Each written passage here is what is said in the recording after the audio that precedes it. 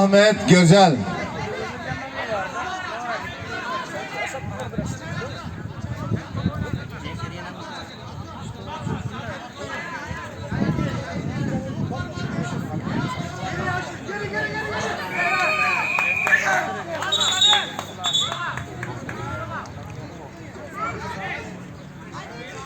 Oğlum geri çıksana, esip duruyor.